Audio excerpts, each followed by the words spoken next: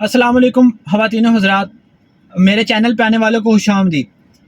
آج ہم بات کریں گے کہ پاکستان تو 1971 میں ٹوٹ گیا تھا، لیکن اس کی بنیاد جناب صدر ایوب خان صاحب کے دور میں ہی رکھ دی گئی تھی۔ وہ کیسے رکھ دی گئی تھی یہ میں آپ کو ود ڈاکومنٹیشن اور ود پروف بتاؤں گا۔ ایوب خان صاحب کے ایک ساتھی تھے میجر جنرل شیر علی خان پٹودی، پاکستان فوج کے وہ پہلے چیف آف جنرل سٹاف بھی تھے۔ انہوں نے ایک بک لکھی، the story of soldiering and politics in India and Pakistan. وہ اپنے صفحہ نمبر 157 پہ لکھتے ہیں کہ جب میں نے صدر ایوب کو منع کیا کہ آپ مارشل لا نہ لگائیں، آپ پالیٹکس میں نہ آئیں، یہ فوج کے لیے بہتر نہیں ہوگا، تو ایوب خان صاحب نے ان کو کیا جواب دیا؟ ایوب خان صاحب کہتے ہیں let me handle politics and you all keep out of it. The bloody politicians and civilians were so useless, corrupt and inefficient۔ یعنی کہ ہم بلڈی سویلینس سو انیفیشینٹ، یعنی کہ یہ بلڈی سویلینس کی ٹرم تو صدر ایوب خان صاحب ہی رکھ گئے تھے۔ اس کے بعد جناب بات کرتے ہیں اس وقت کے لا منسٹر جسٹس ریٹائرڈ محمد ابراہیم، جو کہ ایک بنگالی تھے۔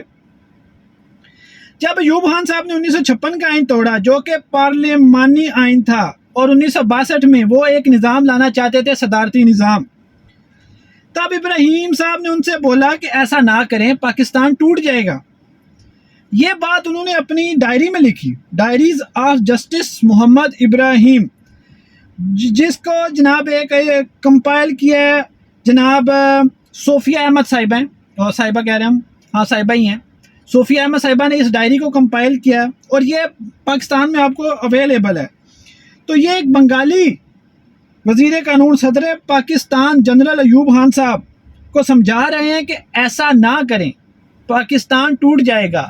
ایک بنگالی، یہ بڑا ضروری ہے سمجھنا کہ ایک بنگالی کہہ رہا ہے، جبکہ ہمیں تو کہا جاتا ہے کہ جناب بنگالی چاہتے تھے کہ وہ علیحدہ ہونا چاہتے تھے اور وہ چاہتے تھے۔ یہ میں آگے آپ کو چیزیں بتاؤں گا کہ بنگالی کیا چاہتے تھے۔ یہ میں نے آپ کو 2 حوالے دے دیے۔ اب جناب تیسرے پہ آتے ہیں جسٹس منیر صاحب، جو کہ بڑے فیمس رہے ہیں اپنے ایک نظریہ ضرورت کے لیے، جنہوں نے ایک تمیز الدین، مولوی تمیز الدین والا کیس تھا، اسمبلیز جو ٹوٹی تھی، انہوں نے کہا خیر ہے، ٹوٹتی ہیں کوئی مسئلہ نہیں۔ انہوں نے ایک بک لکھی فرام جنا ٹو ضیاء، اور یہ وزیر قانون بنے تھے۔ اس کے بعد یہ جو بنگالی وزیر قانون تھے، انہوں نے استعفیٰ دے دیا تھا اپنی اس بات کے بعد، تو اس کے بعد جو وزیر قانون بنے تھے وہ جسٹس منیر بنے تھے۔ انہوں نے کہا ایوب خان نے مجھے 1962 میں وزیر قانون بنایا، تو ایوب خان نے کہا یہ بنگالی ہر وقت اپنے حقوق کی بات کرتے رہتے ہیں، یار ان سے نہ جان چھڑواؤ۔ یہ بک میں لکھا ہوا ہے ان کی، صفحہ نمبر 93 پہ لکھتے ہیں کہ one day I was talking to Ramiz Uddin, who had been a minister in Bengal, and I broached the matter to him. His reply was straight. He asked me whether I was suggesting secessions. I said yes or something like that. He said, here we are the majority and it is for the minority to skate because we are Pakistan.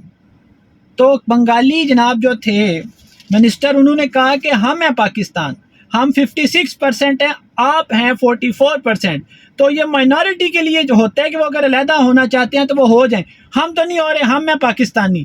یہ بنگالی تمیز الدین صاحب کہہ رہے ہیں، ٹھیک ہے۔ اور جناب پاکستان توڑنے کے لیے یہ مذاکرات ہمارا کون کرنے گیا ہے؟ ہمارا وزیر قانون 1962 میں، اور یہ اس وقت صدر کون تھے؟ ایوب خان صاحب۔ اس کے علاوہ جناب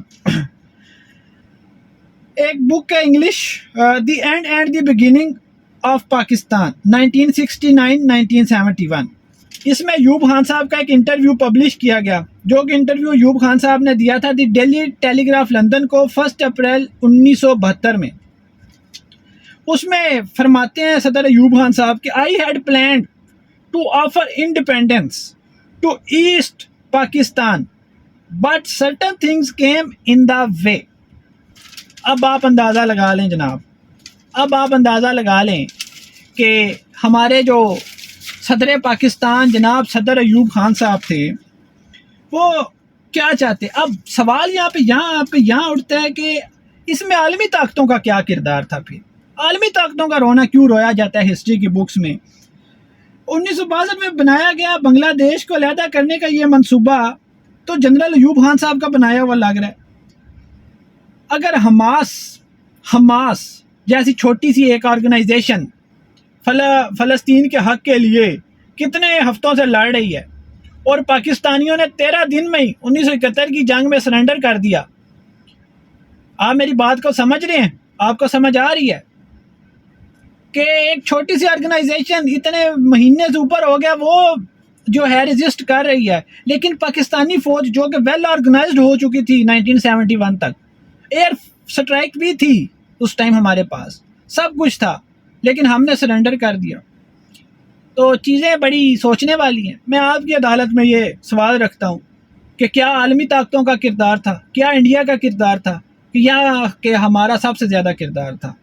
خدا حافظ. ویڈیو پسند آئی چینل کو سبسکرائب کر لیں.